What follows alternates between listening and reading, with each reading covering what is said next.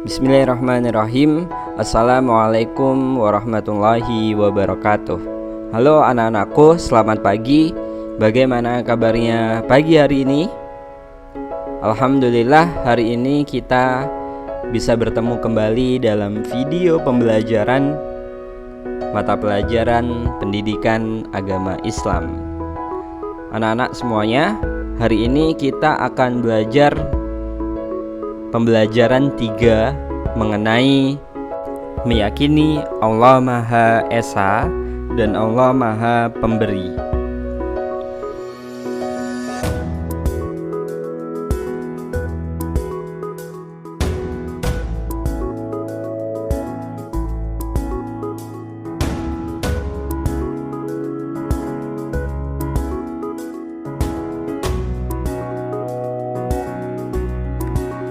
Anak-anakku semuanya, coba amati dan perhatikan 2 gambar berikut ini. Yang pertama, ada seorang anak sedang berdoa kepada Allah Subhanahu wa Ta'ala. Itu adalah bentuk meyakini bahwa Allah itu Esa. Dan pada gambar yang kedua, seorang anak sedang memberikan makanan kepada seorang yang membutuhkan. Itu adalah bentuk meyakini Allah Maha Pemberi.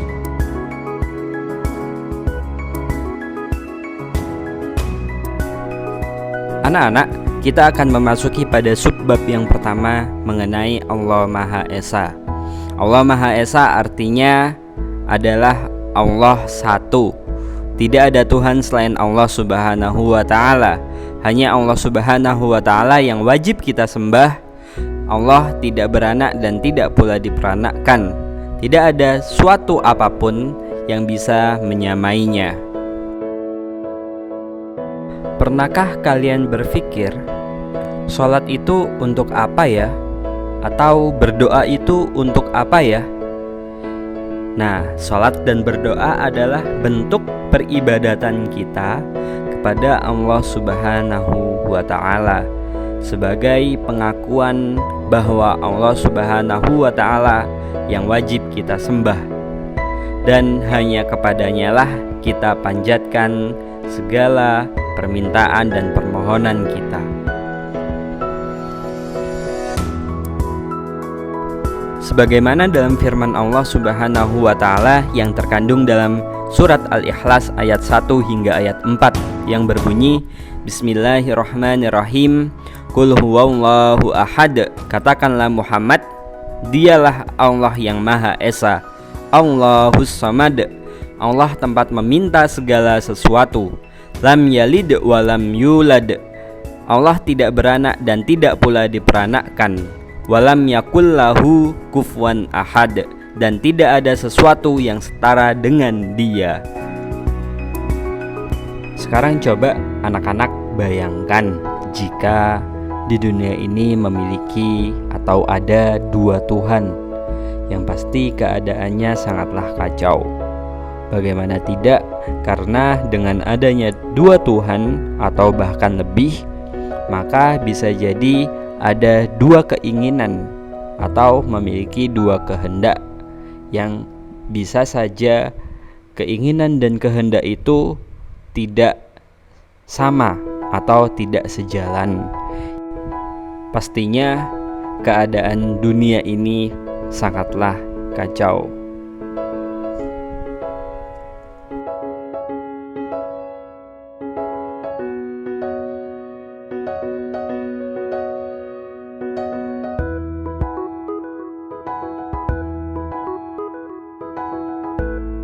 Segala ibadah, baik itu berdoa, baik itu sholat, kita lakukan hanya untuk Allah Subhanahu wa Ta'ala. Oleh karena itu, kita harus beribadah hanya kepada Allah Subhanahu wa Ta'ala. Tidak boleh menghambakan diri kepada selain Allah Subhanahu wa Ta'ala.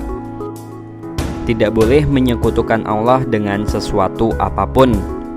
Tidak boleh meyakini pada ramalan-ramalan nasib. Dan yang terakhir, selalu memperbanyak zikir kepada Allah Subhanahu wa Ta'ala.